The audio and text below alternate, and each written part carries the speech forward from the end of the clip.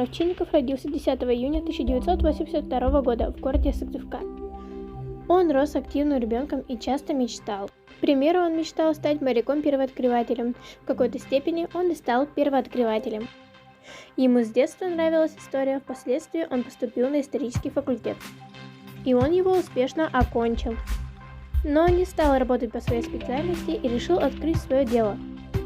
Но родители не поддержали его и не стали финансировать дело. Да, он решил работать в городе мастеров, но у него было условие при поступлении на работу – большое количество клиентов при открытии.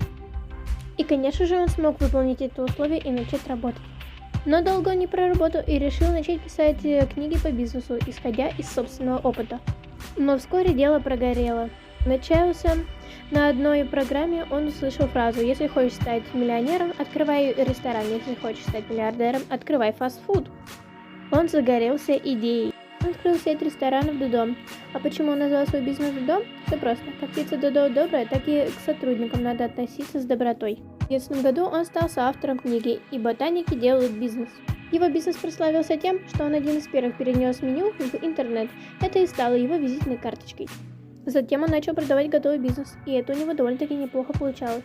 Но в одном из проданных сетевых ресторанов случился неприятный инцидент, после которого он начал ставить камеры наблюдения в рестораны.